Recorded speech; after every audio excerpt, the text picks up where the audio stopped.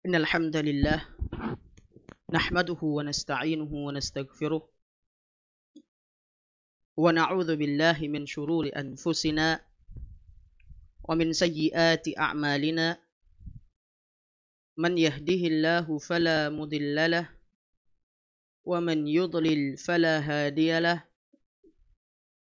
أشهد أن لا إله إلا الله وحده لا شريك له وأشهد أن محمدا عبده ورسوله يا أيها الذين آمنوا اتقوا الله حق تقاته ولا تموتن إلا وأنتم مسلمون يا أيها الناس اتقوا ربكم الذي خلقكم من نفس واحدة وخلق منها زوجها وبث منهما رجالا كثيرا ونساء واتقوا الله الذي تساءلون به والأرحام إن الله كان عليكم رقيبا يا أيها الذين آمنوا اتقوا الله وقولوا قولا سديدا يصلح لكم أعمالكم ويغفر لكم ذنوبكم ومن يطع الله ورسوله فقد فاز فوزا عظيما أما بعد فإن أصدق الحديث كتاب الله وخير الهدى هدى محمد صلى الله عليه وسلم وشر الأمور محدثاتها فإن كل محدثة بدعة وكل بدعة ضلالة وكل ضلالة في النار. Bisa diganti di yang satunya aja pakai. Nah, yang satunya belum. Yang dicolokkan satu. Baik.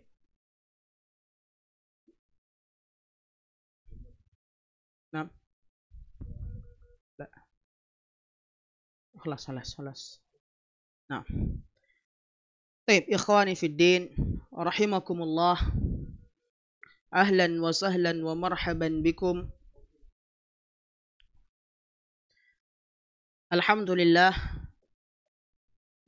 puji syukur kita senantiasa haturkan dan lafazkan atas nikmat Allah Jalla wa Ala kepada kita, sehingga pada kesempatan malam hari ini kita masih diberikan kesempatan oleh Allah Tabaraka wa Ta'ala untuk menghadiri majlisul ilm.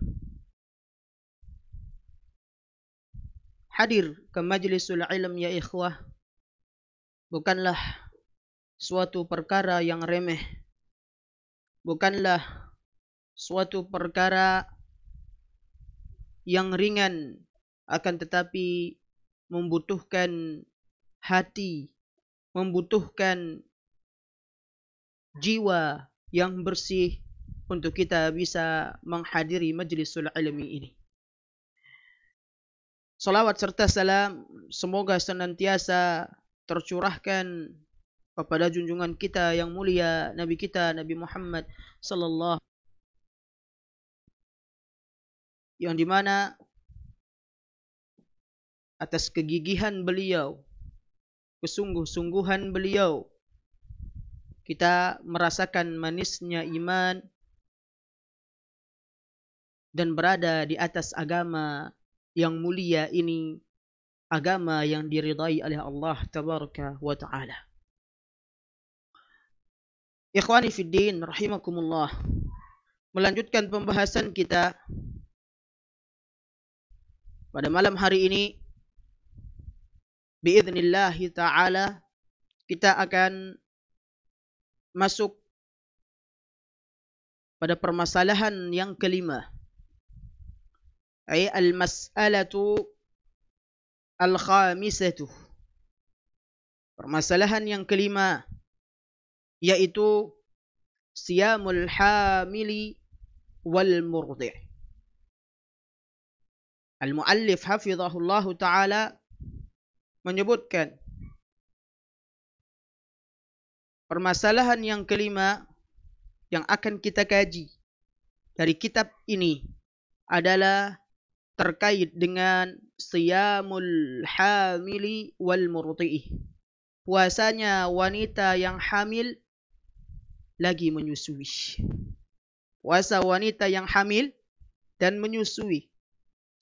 Inilah yang akan kita bahas biidznillahi ta'ala pada malam hari ini. Baik, manil qari. Iqra ya.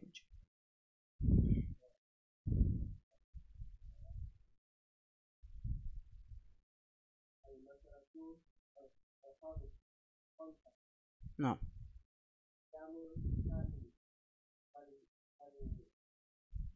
Mur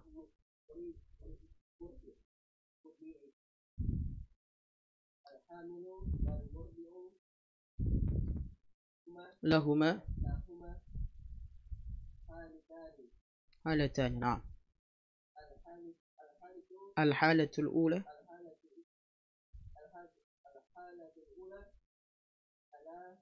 ألا يشق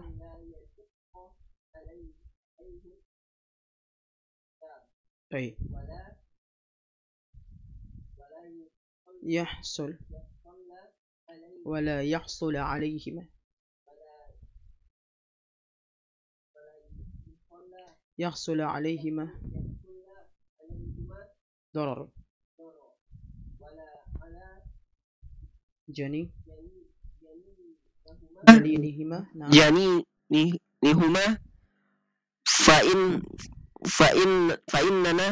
فإننا نقول هنا يجب عليهما أن يصوما ولا يجوز لهما الفطر. طيب حسبك يا بارك الله فيكم. طيب إخواني في الدين رحمكم الله، المؤلف حفظه الله تعالى يقول: المسألة الخامسة adalah siyamul hamili wal murdi'i. Puasanya wanita hamil dan menyusui. Baik. Sebelum kita masuk pada apa yang disebutkan oleh beliau, keadaan wanita hamil dan murdi ini, maka terlebih dahulu perlu kita ketahui hamil. Istilah hamil ini dan istilah murdi. Istilah hamil ma'ruf indana. Telah kita ketahui makna dari hamil. Kemudian yang perlu juga kita ketahui terkait tentang permasalahan hamil ini, yakni aqal muddah, waktu paling minim wanita ini hamil kemudian melahirkan. Berapakah waktu ketika wanita ini hamil kemudian ia melahirkan? Paling minim waktunya kita ketahui ada berapa? 9. Ini tidak ada khilaf para ulama. Tidak ada keraguan ketika antum mengatakan si fulanah ini hamil kemudian melahirkan dalam jangka waktu 9 bulan. Namun pertanyaannya sekarang, adakah wanita yang hamil kemudian melahirkan di bawah dari 9 bulan? Ada? Berapa? Ada? 7, 8. Pertanyaan selanjutnya, setelah antum mengatakan tadi ada batas minimum wanita ini hamil kemudian melahirkan berapa bulan? Minimum. Baik, batas minimumnya adalah 6 bulan. Apa maksudnya? Kita perlu mengetahui hal tersebut agar tidak terjadi fitnah di masyarakat kita ketika antum dapatkan ada si fulanah ini melahirkan di awal dari 7 bulan setelah ia menikah. Jangan langsung antum katakan, pasti ini udah duluan. Gak boleh. Karena para ulama menyebutkan di antaranya Syekh bin Baz rahimahullah ta'ala mengatakan, batas minimum wanita ini hamil kemudian melahirkan adalah 6 bulan. Dan ini berdasarkan firman Allah Azza wa Jalla. Allah Azza wa Jalla berfirman, bisa antum lihat nanti di dalam surah Al-Ahqaf ayat yang ke-15. Siapa yang hafal surah Al-Ahqaf ayat yang ke-15? Apa bunyi ayatnya? Surah Al-Ahqaf ayat yang ke-15. Allah tabaraka wa ta'ala berfirman, wa hamluhu wa fisaluhu 30 syahran. Wa hamluhu wa fisaluhu 30 syahran. Ia hamil dan menyusui. Ini jangka waktunya adalah 30 bulan. Hamil dan menyusui ini jangka waktunya adalah 30 bulan. Wanita menyusui berapa tahun? 2 tahun. 2 tahun ada berapa bulan? 2 tahun ada 24. Allah Azza wa Jalla menyebutkan tentang persusuan seorang wanita, yaitu selama 2 tahun. Apa firman Allah Azza wa Jalla dalam surah Luqman? Allah Azza wa Jalla menyebutkan wa fisaluhu amain. Wa fisaluhu amaini. Ibunya menyusuinya selama 2 tahun. Maka batas persusuan fisal irda adalah 2 tahun. Dan 2 tahun ini kita ketahui 24 bulan. 24 bulan. Dalam surah Al-Ahqaf tadi Allah Azza wa Jalla menyebutkan lamanya wanita tersebut hamil dan menyusui ini digabung atau tidak? Digabung. Allah Azza wa Jalla sebutkan wa fisaluhu. Ayat sebelumnya apa? Kalimat sebelumnya dalam ayat tersebut wa hamluhu wa fisaluhu 30 syahra. Hamil dan menyusuinya ini selama 30 bulan. Maka para ulama menyebutkan, di antaranya Syekh bin Baz rahimahullah ta'ala, maka batas minimum wanita tersebut hamil adalah 6 bulan. Kita ketahui terlebih dahulu. Jika ada nanti antum dapatkan ada wanita melahirkan, hamilnya ia 6 bulan, setelah 6 bulan baru awal masuk bulan ke-7 sudah melahirkan, maka ini tidak boleh antum katakan duluan atau keduluan. Tidak boleh. Adapun ketika ia baru menikah, kemudian 5 bulan setelah menikah melahirkan, ini tanda tanya. Karena batasannya adalah 6 bulan. Aqallu muddah. Batasannya adalah 6 bulan. Baik. Maka setelah kita mengetahui batasan minimum seorang wanita hamil kemudian melahirkan adalah 6 bulan sebagaimana firman Allah Azza wa Jalla tadi di dalam surah Al-Ahqaf, ayat yang ke-15 tadi Allah tabaraka wa taala menyebutkan wa hamluhu wa fisaluhu 30 syahran. Nah, selanjutnya perlu juga kita mengetahui batasan maksimal. Batasan maksimal wanita ini hamil. Berapa batasan maksimal wanita itu hamil? Berapa batasan maksimal? Baik. Berapa Pak Mas nih? Ada yang lain? Pak Edi berapa? Pak Edi berapa? Pak Edi? Setahun. Ada yang lain? Mengandung kemudian melahirkan. Batasan maksimalnya. Batasan maksimum.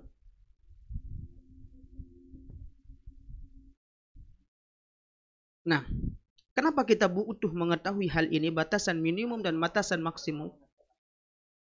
Nah, batasan minimum dan batasan maksimum. Kenapa kita perlu mengetahui ini ya ikhwah? Karena terkadang ada beberapa kasus yang kita jumpai. Baik, seperti tadi yang saya sebutkan tadi, batasan minimum adalah berapa? 6 bulan. Ketika wanita ini menikah, 6 bulan sudah ia menikah, kemudian melahirkan, maka nggak boleh antum langsung memponis si wanita ini berarti sudah keduluan. Nggak boleh.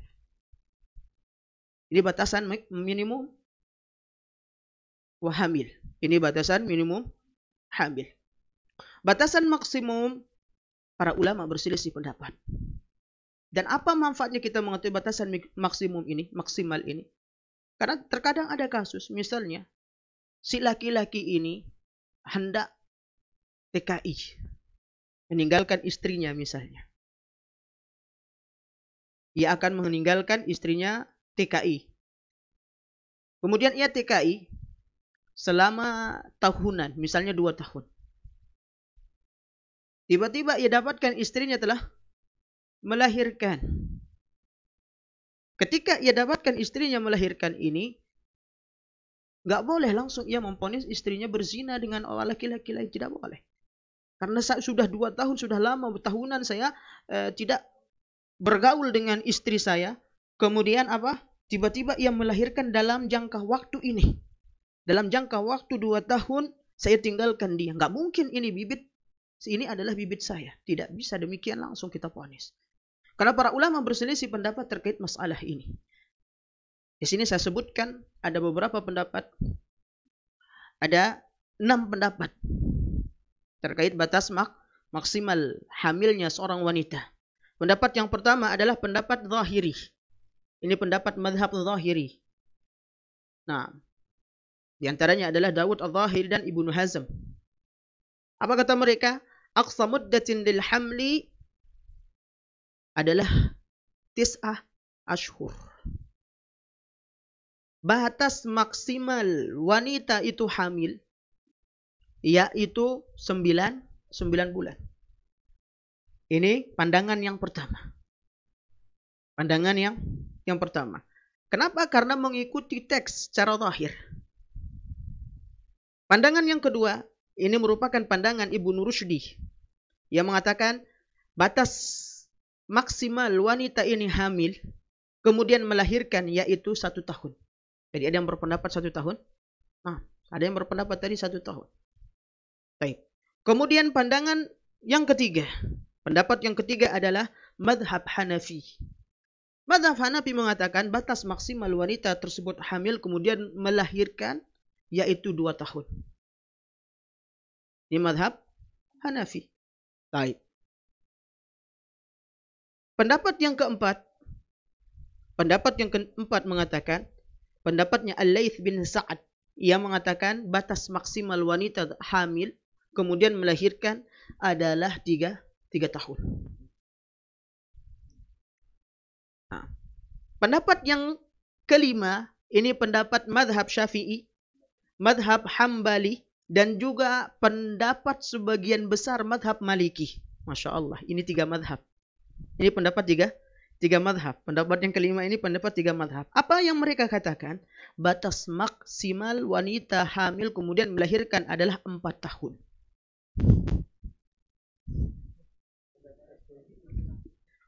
Berapa? 4 tahun. Baik. Kemudian, nah, pendapat salah satu dari riwayat Imam Malik mengatakan batas maksimal wanita hamil kemudian melahirkan adalah 5 tahun.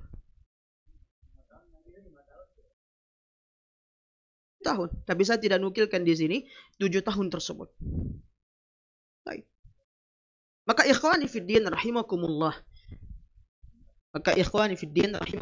Ini perlu juga kita garis tidak terjadi kasus seperti yang saya sebutkan tadi. Misal antum ingin pergi TKI. Nah, TKI keluar negeri. Antum pulang setelah 2 tahun antum berada di luar negeri.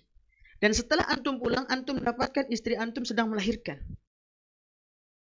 Jangan sampai antum curiga dulu. Zina sama siapa ini? Tunggu dulu. Cari tahu dulu. Tabayun dulu.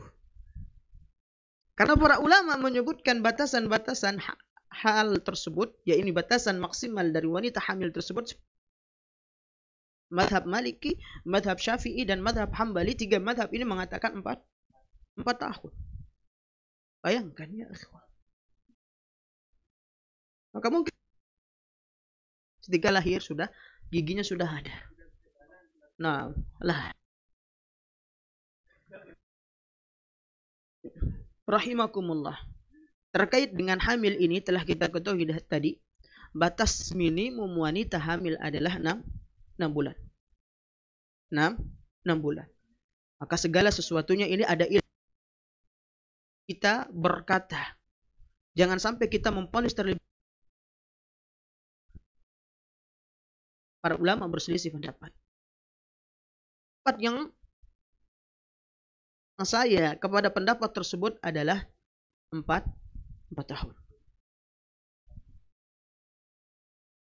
Karena ini diperkuat oleh ulama-ulama madhab Hambali dan madhab Maliki. 3 madhab ini mengatakan bahwa batas maksimal atau maksimum wanita hamil kemudian melahirkan adalah 4 tahun. Baik. Ikhwani fiddin rahimakumullah. Maka setelah kita mengetahui hal tersebut, batas maksimal dan minimum tadi, kita lanjut kepada apa yang dikatakan oleh al-muallif hafizahullah ta'ala. Allah Ta'ala mengatakan, al-hamilu wal murdi'u lahuma halatan. Wanita hamil dan menyusui, maka ada 2 keadaan bagi mereka. Ada 2 keadaan. Yang pertama beliau sebutkan al-halatul ula alla yashqa alaihima. Di situ bukan alaihim, tapi alaihima. Antum tambahkan domirnya di situ diganti dengan domir huma. Alla yashqa alaihima as-siyam. Keadaan yang pertama di sini yang mereka tidak memperberat mereka. Puasa yang mereka kerjakan tersebut tidak memperberatnya.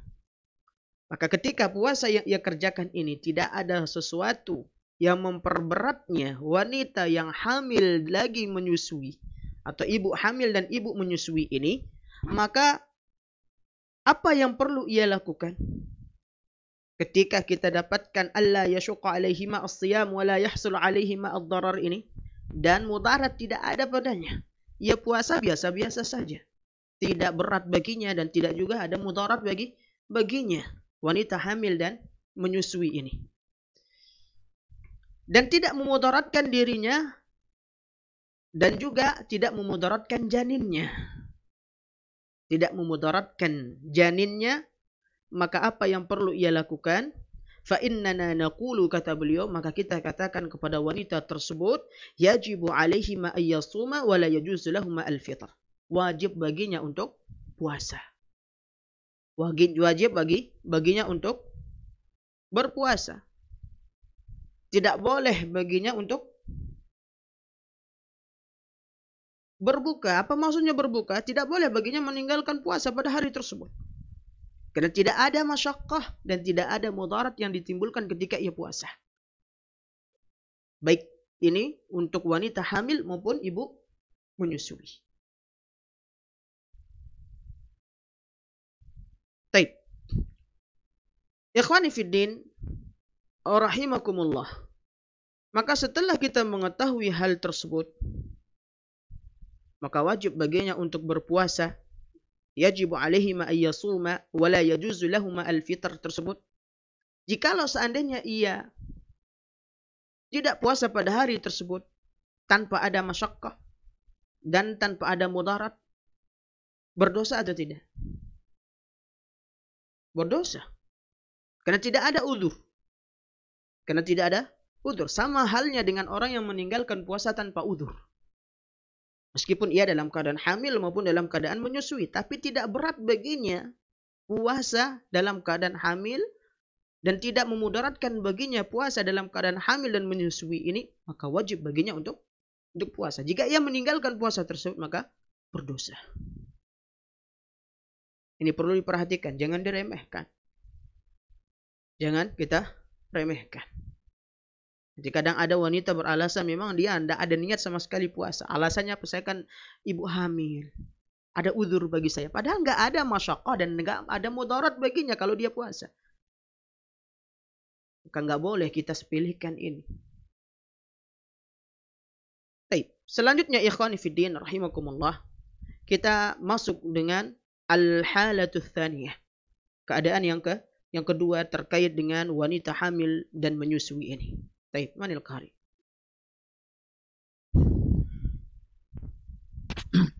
Nah, Pak Edi, Masya Allah. Lancar. Lancar. Nah, اقرأ. الحالة الثانية أن يشق عليهما الأمر طيب. وأعظم من ذلك أن يدخل عليهما ضرر بذلك فإنه يرخص لهما أن يفطر. والحمد لله فإن من النساء من هي ضعيفة لو صامت وهي حامل أصابها ضعف شديد وربما أصابها دوار وربما تضرر جنينها في بطنها. وكذلك الشأن في مرضع. إذن يرخص لهما أن يفطر وعليهما قضاء اليوم الذي أفطر وعليهما قضاء اليوم الذي أفطر فيه. وعليهما قضاء اليوم يوم الذي أفطر فيه أو الأيام التي أفطر فيها ما تيسر لهما ذلك وزال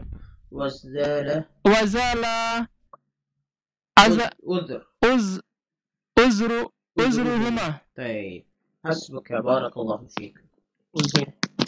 Baik, selanjutnya ikhwani fiddin rahimakumullah.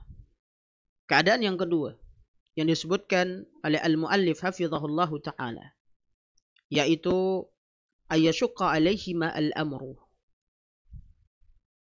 wa a'zamu min dhalika ay yadkhula alaihima dararun bidzalik. Keadaan yang kedua adalah puasa tersebut berat baginya, bagi ibu hamil dan menyusui ini. Dan lebih berat lagi ketika ia merasa dimudaratkan dengan puasa tersebut. Maka ketika ia berpuasa terdapat mudarat baginya dan terdapat pula masyaqqah, sesuatu yang memberatkan dirinya. Maka apa yang perlu dilakukan oleh wanita hamil dan menyusui ini? Maka al-muallif hafizahullah ta'ala mengatakan fa innahu yurakhasu lahuma ay yuftira. Maka ketika ia demikian kasusnya terdapat masyaqqah dan memudaratkan dirinya, maka boleh baginya untuk tidak berpuasa pada hari tersebut. Boleh bagi ibu hamil dan ibu menyusui ini untuk tidak puasa pada hari tersebut dengan syarat apa tadi? Adanya masyaqqah. Terlebih lagi apabila di situ ada mudarat. Adanya masyaqqah terlebih lagi apabila ada mudarat. Adanya masyaqqah saja maka diperbolehkan baginya. Ada rukhsah baginya. Apalagi ini akan memudaratkan dirinya. Maka lebih bolehkan lagi di dalam syariat kita. Ikhwani fid din, rahimakumullah. Kemudian beliau mengatakan walhamdulillahi fa inna minan nisa'i man hiya dha'ifah. Alhamdulillah, ini bentuk syukur kepada Allah Azza wa Jalla yang telah memberikan rukhsah kepada ibu hamil dan menyusui ini. Karena sebagian wanita memang ada yang lemah sekali. Ada yang lemah, tidak semua wanita kuat, tidak. Ada wanita yang Masya Allah sangat lemah sekali. Ketika menyusui anaknya, Masya Allah langsung lemah. Langsung lemes. Maka syariat kita memberikan rukhsah baginya. Lau samat wa hiya hamilun asabaha dha'fun syadid wa rubbama asabaha duar. Nah, jika wanita yang hamil ini puasa, kemudian ia tertimpa kesusahan atau lemah sekali ketika ia berpuasa dalam keadaan hamil. Atau juga ia merasakan dirinya pusing ketika puasa dalam keadaan hamil, duar. Wa rubbama tadarrara janinuha fi batniha. Atau bisa jadi ketika ia berpuasa, janin yang ada di perutnya ini mudarat. Dimudaratkan dengan puasanya tersebut. Maka apa kata beliau? Hafizahullah ta'ala. Wa kadzalika sya'nu fil murdi. Demikian juga keadaan bagi orang yang menyusui tadi. Oleh karenanya, idzan yurakhasu lahuma ayyuftira. Boleh bagi wanita hamil dan menyusui jika keadaannya demikian tadi. Adanya masyaqqah, terlebih lagi adanya sesuatu yang memudaratkan dirinya jika ia berpuasa tersebut. Maka boleh baginya untuk apa? Tidak berpuasa. Wa alaihi ma qada'ul yaumil ladzi aftara fihi. Dan wajib baginya untuk mengganti puasa pada hari tersebut. Awil ayyam allati aftara fiha, atau wajib juga baginya untuk mengganti puasa-puasa pada hari-hari yang ia tidak berpuasa. Mata yassara lahum dzalika wa zala udhruhuma, dan ia ganti nanti ketika telah mudah baginya untuk mengerjakan qada puasa tersebut dan uzur yang ada padanya tersebut telah hilang. Maka ikhwani fiddin rahimakumullah, al-muallif hafizahullah ta'ala tadi mengatakan, apa poinnya? Apabila ada masyaqqah, ada sesuatu yang membuat wanita ini berat untuk berpuasa. Maksud dari wanita ini adalah apa? Wanita yang hamil dan menyusui. Terlebih lagi, terdapat mudarat yang besar jika ia puasa. Maka boleh bagi wanita hamil dan menyusui ini untuk tidak berpuasa. Namun wajib baginya untuk mengganti puasa tersebut. Baik. Kemudian beliau mengatakan wal ahwatu lil murdi'i walil hamili. Baik, manil qari. Nah.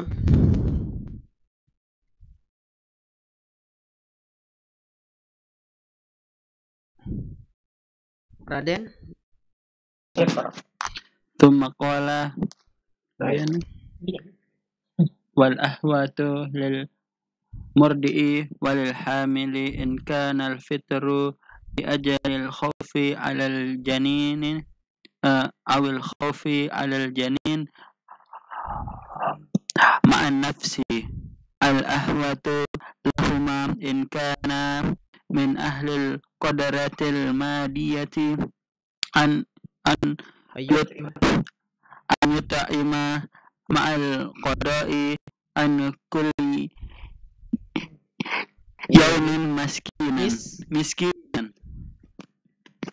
الأهوات للمرضع والحامل إذا خافتا على نفسهما والجنين أو على الجنين فقط أن يطعم مسكينا عن كل يوم أفطر فيه. هذا على سبيل الاحتياط والله عز وجل أعلم. Baik, hasbuka barakallahu fiik. Selanjutnya, ya ikhwani fiddin, rahimakumullah. Al-mu'allif hafizahullah ta'ala mengatakan, wal ahwatu lil mud'i walil hamili in kana al-fitr ajli al-khayf ala al-janin aw al-khayf ala al-janin ma'a an-nafsi al-ahwat lahuma in kana min ahli al-qudrati al-madiyya ay yut'ima ma'a al-qada'i an kulli yawmin miskinah. Jadi beliau mengatakan, maka yang layak bagi wanita hamil lagi dan juga wanita hamil dan juga wanita yang menyusui. In kana al-fitru li ajli al-khauf 'ala al-janin. Apabila ia tidak berpuasa pada hari tersebut, pada bulan Ramadan tersebut, karena ia khawatir akan janinnya atau khawatir janinnya, khawatir akan diri dan janinnya. Maka apa yang perlu ia lakukan? Kata beliau, al-ahwat in kana min ahli al-qadrah al-madiyah ayyu'ima ma'al qada. Maka yang layak untuk ia lakukan, yang ia kerjakan jika seandainya wanita ini adalah orang yang kaya, yang mampu. Orang yang mampu. Maka hendaknya ia memberikan makan orang miskin plus qada. Kedua, hendaknya ia memberikan makan orang miskin dan juga mengqada puasa yang ia tinggalkan. Ini kata siapa? Kata al-muallif hafizahullahu ta'ala tadi. Baik. Terkait tentang masalah apa yang disebutkan oleh beliau, in kana min ahlil qudratil madiyah ayyut'ima ma'al qada'an kulli yaumin miskin ini. Jika seandainya wanita yang hamil dan menyusui ini orang yang berada, maka hendaknya ia memberikan makan orang miskin dan plus mengqada puasa tersebut. Jadi berapa? 2. Memberi makan yaitu fidyah dan juga mengqada puasa. Dan ini para ulama terkait masalah tersebut, masalah hamil ini, terdapat beberapa pendapat para ulama terkait apa yang harus dilakukan oleh wanita hamil dan menyusui jika ia tidak puasa pada bulan Ramadan. Apa yang wajib baginya nanti setelah ia selesai keluar dari bulan Ramadan. Apakah wajib baginya mengqada? Apakah wajib baginya membayar fidyah? Atau wajib baginya dua-duanya, mengqada plus membayar fidyah? Ini perlu kita ketahui. Perkataan yang pertama atau pendapat yang pertama. Pendapat yang pertama ini merupakan pendapat Imam Abu Hanifah. Pendapat Imam Abu Hanifah rahimahullah ta'ala mengatakan, apa kata beliau? Alaihimal qada'u faqat. Maka yang wajib bagi wanita hamil dan wanita yang menyusui ini adalah qada' saja.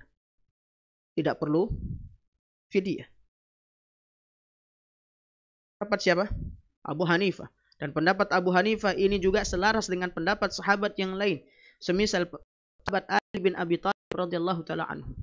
Jadi Abu Hanifah dan Ali bin Abi Thalib dari kalangan sahabat mengatakan yang wajib bagi wanita hamil dan menyusui jika ia tidak puasa pada hari Ramadan adalah hanya mengqada puasa yang ia tinggalkan saja.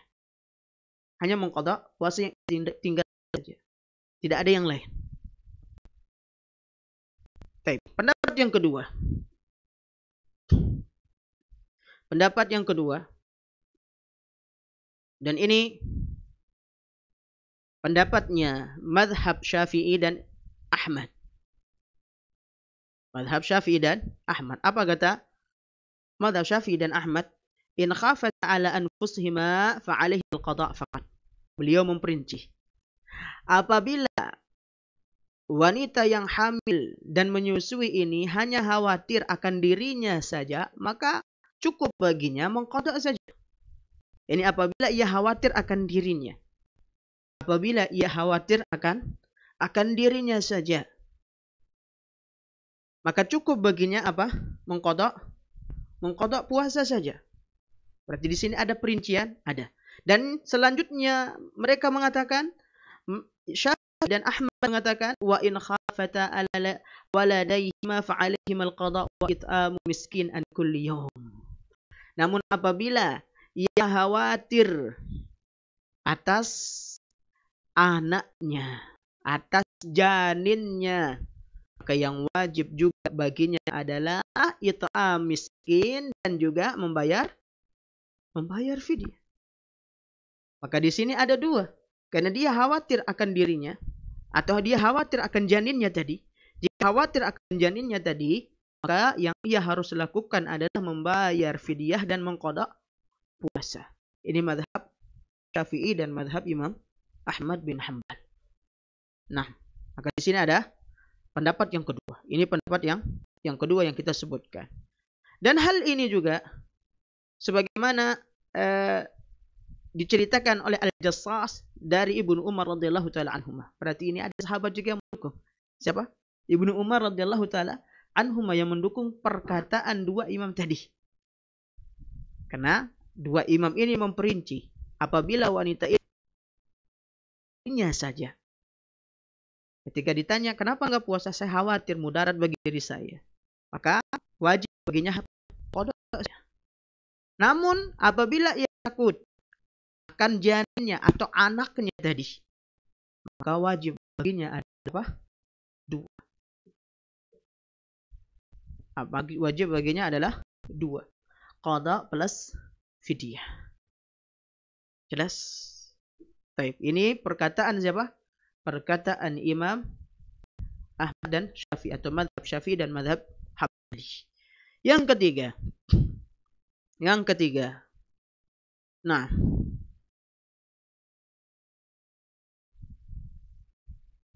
perkataan yang ketiga ini juga dikatakan oleh sahabat Ibnu Abbas radhiyallahu taala anhuma dan dinukilkan oleh Ibnu Qudamah di dalam kitabnya Al-Mughni. Ibnu Qudamah apa mazhabnya? Hambali. Baik. Apa perkataan yang ketiga? Pendapat yang ketiga, alaihimal it'amu faqat wala qada'a alaihimah. Maka bagi wanita hamil dan wanita yang menyusui, ketika ia tidak puasa pada bulan Ramadan karena takut akan dirinya dan takut akan janinnya,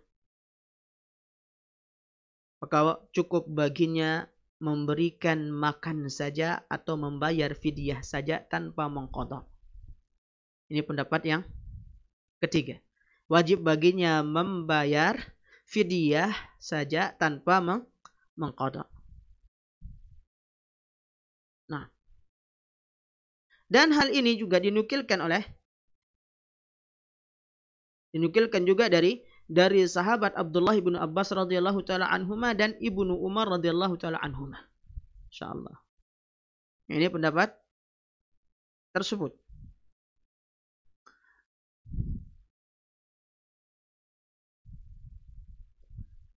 Sebagaimana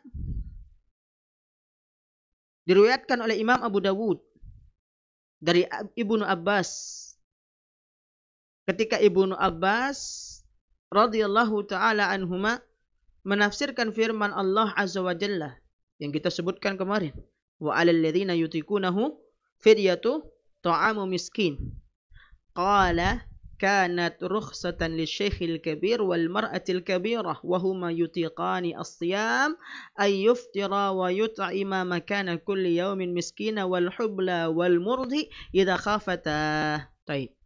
Jadi poinnya adalah, fokusnya kita adalah pada perkataan beliau yang mengatakan bahwasannya wa huma yutiqani as-siyam ay yuftira.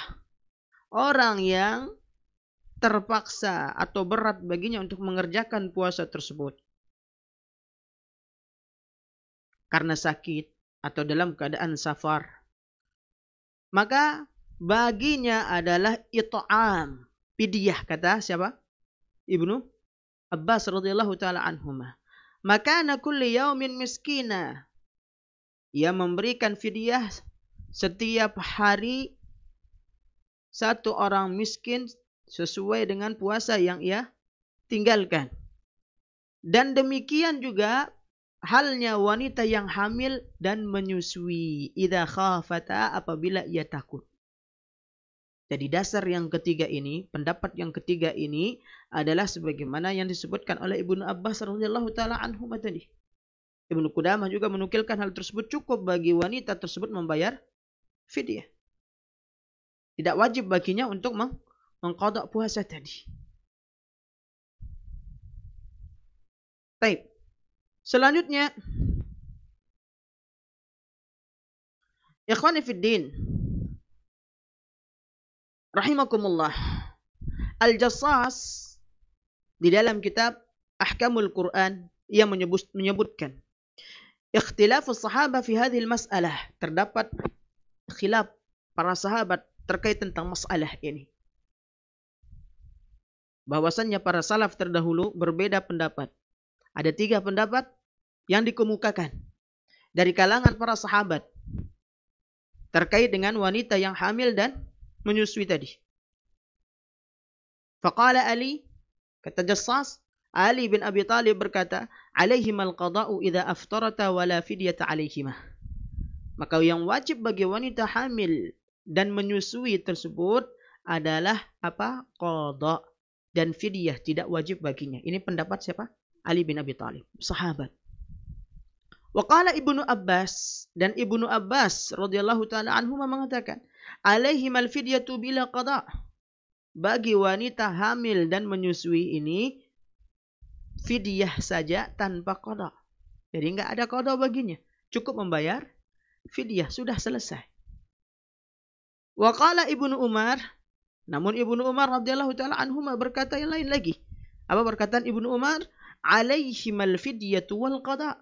Bagi wanita yang hamil tersebut dan menyusui, wajib baginya membayar fidyah dan juga qadha.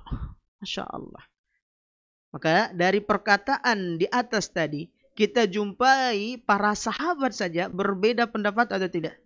Berbeda pendapat dalam memahami makna dari firman Allah Azza wa Jalla tadi. Subhanallah. Apalagi zaman sekarang ini ya ikhwah. Banyak ulama khalaf zaman kita sekarang ini. Pendapat akan makin banyak lagi, perbedaan-perbedaan pendapat tersebut. Di kalangan para sahabat saja kita dapatkan ada 3 pendapat. Ali, pendapat Ibnu Abbas, dan pendapat Ibnu Umar. Ini berbeda-beda. Insya Allah. Kira-kira mana yang antum mau ikuti? Ini pertanyaannya. Nah, Masya Allah. Mumtaz. Tergantung apa? Kemampuan antum tadi.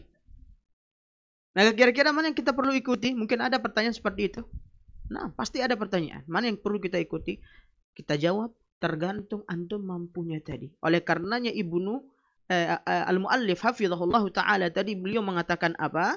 Al-ahwat lahuma in kana min ahlil qudrah. Nah, apabila ia adalah orang yang berada, orang yang memiliki kecukupan harta, ayyuta'ima ma'al qada, untuk membayar fidyah dan juga disertai dengan qada. Tapi fokus kita pada kata beliau in kana min ahlil qudrah. Apabila, berarti jika ia bukan orang yang mampu, bagaimana? Cukup baginya adalah apa? Qada saja. Paham? Bisa dipahami ini? Taib. Jika misalnya yang tidak puasa pada bulan Ramadan tersebut dari wanita hamil dan menyusui, ini adalah wanita yang tidak mampu, dari kalangan ekonomi menengah ke bawah, akan cukup baginya mengqadha. Jadi yang diikuti pendapat siapa? Pendapat Ali bin Abi Thalib. Jika seandainya ia wanita ini dari kalangan wanita yang mampu, maka jika ia mau tambahkan qadha dan fidyah, maka silahkan. Maka ia mengikuti pendapat yang kedua, yaitu pendapat siapa? Ibnu Umar radhiyallahu taala anhu. Faham? Jika seandainya wanita ini ketika akan puasa dan dia tidak mampu terus untuk berpuasa, saking anaknya mungkin rewel, kemudian misalnya ibu ini setiap harinya kerjaannya berat, bantu suaminya misalnya, belum lagi ngurus anaknya, ngurus suaminya, ngurus rumah tangga. Mungkin ia tidak mampu untuk berpuasa, ibu yang hamil dan menyusui ini, maka cukup baginya membayar fidyah, maka ini boleh. Barakallahu fikum. Bisa dipahami ini? Nah, jadi dalam masalah ini, kasusnya ini luas. Masalah ini luas. Masalah ini luas. Tidak bisa antum langsung patok rata, oh pas wajib baginya adalah membayar fidyah. Tidak, kita lihat dulu keadaan wanita ini. Bagaimana dia? Nah, wallahu ta'ala a'la wa a'lam. Selanjutnya beliau mengatakan, al-ahwatu lil murdi'i wal hamil idza khafata 'ala anfusihima wal janin aw 'ala al janini faqat ay yut'ima miskinan an kulli yawmin aftara fihi. Hadza 'ala sabilil ihtiyat. Taib. Dan al-muallif hafizahullah ta'ala lebih condong kepada pendapat yang mengatakan apabila si wanita hamil dan menyusui ini takut akan dirinya dan janinnya. Takut, khawatir akan dirinya dan janinnya. Taib, akan janinnya. Aw 'alal janini faqat, atau ia khawatir akan janinnya saja. Berarti ini wanita hamil, sahih? Nah, jika berkaitan dengan janin ini khusus wanita hamil. Faqat ayyut'ima miskinan an kulli yaumin aftara fih. Maka cukup baginya untuk membayar fidyah, memberikan makan satu orang miskin pada hari di mana ia tidak berpuasa tersebut. Digantikan dengan memberikan makan orang miskin tersebut. Nah, hadza 'ala sabilil ihtiyat. Dan ini adalah dari segi apa? Ihtiyat. Dan mana ihtiyat? Kehati-hatian. Ini adalah dari sabil ihtiyat. Baik. Maka ikhwani fiddin rahimakumullah. Kenapa beliau mengatakan tadi hadza 'ala sabilil ihtiyat, cukup bagi wanita tersebut apabila ia takut dirinya tertimpa oleh kemudarat, dan begitu juga dengan janinnya, cukup hanya membayar fidyah saja dalam sebab kehati-hatian tersebut. Kenapa beliau mengatakan ini adalah sebab kehati-hatian?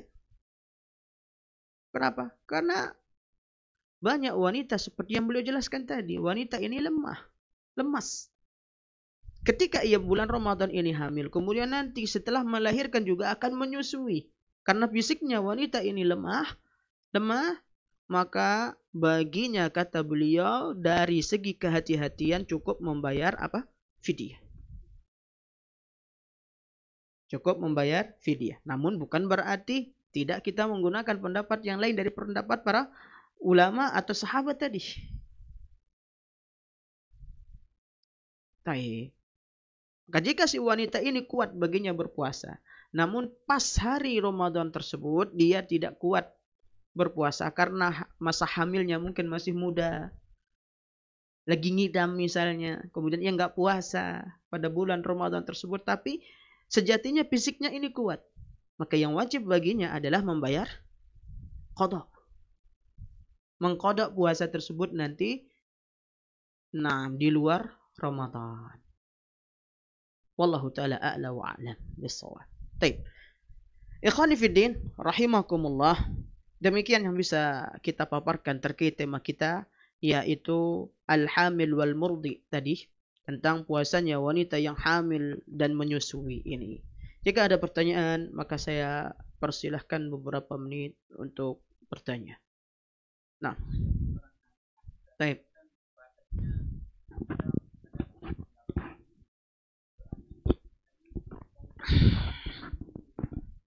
Baik. Nah, dalil yang mereka bawakan ada, Allah Ta'ala, kalau Anas tidak salah ingat, ada di zaman Umar ibn al-Khattab radhiyallahu ta'ala anhu, ada seorang laki-laki yang meninggalkan istrinya beberapa tahun. Nah, setelah beberapa tahun tersebut, ia dapatkan istrinya melahirkan. Setelah pulang, dapatkan anaknya masih kecil. Dan anak ini ketika masih kecil tersebut, ia curiga si suami ini. Nah, ini istri saya tidak benar ini. Saya tinggalkan beberapa tahun, tidak mungkin ini hasil bibit saya, benih saya, nggak mungkin. Maka akhirnya dibawalah dia kepada sahabat Umar. Ibnu Khattab radhiyallahu taala anhu. Maka dari sanalah muncul apa? Batas maksimal wanita hamil tersebut ada yang mengatakan sekian tahun sampai 4 tahun tadi. Bahkan anaknya tersebut yang ia dapatkan ketika lahir ini sudah tumbuh gigi. Berarti sudah lumayan usianya. Nah, sudah tidak 9 bulan lagi, itu lebih dari 9 bulan. Baik.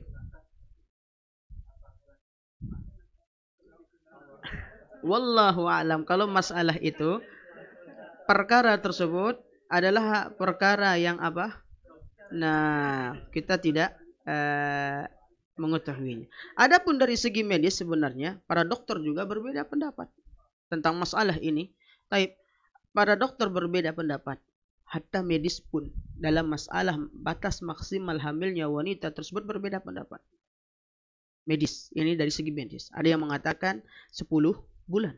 Ada yang mengatakan 310 hari. 310 hari berarti berapa bulan? Nah, ada yang mengatakan 330 hari. Nah, hampir 1 tahun, sahih.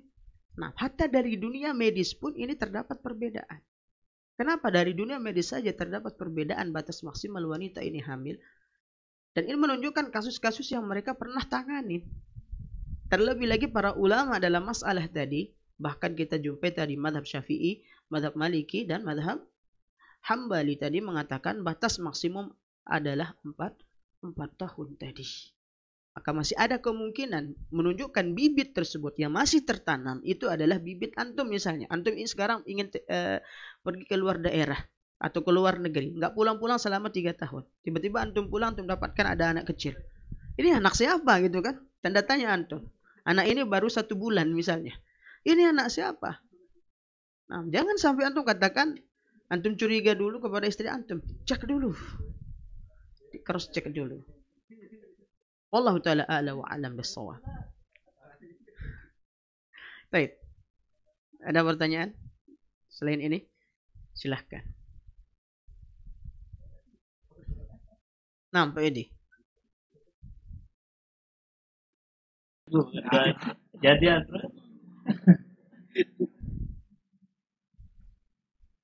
tidak ada. Wadihah. Wadih. Jadi terkait wanita hamil dan menyusui ini ada berapa tadi pendapat? Ada 3 pendapat. Ada 3 pendapat. Pendapat yang mengatakan wajib qada. Pendapat yang kedua mengatakan cukup fidyah. Pendapat yang ketiga mengatakan fidyah plus qada. Maka di situ nanti akan diperinci sesuai dengan keadaan si ibu hamil dan ibu menyusui ini. Sesuai dengan keadaan tersebut sebagaimana juga dikatakan oleh al-mu'allif hafizahullah taala tadi. Beliau sesekali mengatakan al-ahwat di situ adalah apa? Jika ia dari kalangan wanita yang mampu, wanita yang berada, maka membayar fidyah plus qada. Karena yang ia lakukan itu adalah 2. Jika ia khawatir akan dirinya plus janinnya tadi, kan di situ 2 orang kan? Nah, itu maksudnya. Wallahu taala a'la wa a'lam. Baik. Khalas? Wadih? Nah. Baik ikhwani fiddin rahimakumullah. Demikian yang bisa saya sampaikan pada kesempatan malam hari ini. Kurang lebihnya saya mohon maaf. Kita akhiri perjumpaan kita dengan doa kafaratul majlis. Subhanakallahumma bihamdika asyhadu la ilaha illa anta astaghfiruka wa atubu ilaik. Assalamualaikum warahmatullahi wabarakatuh.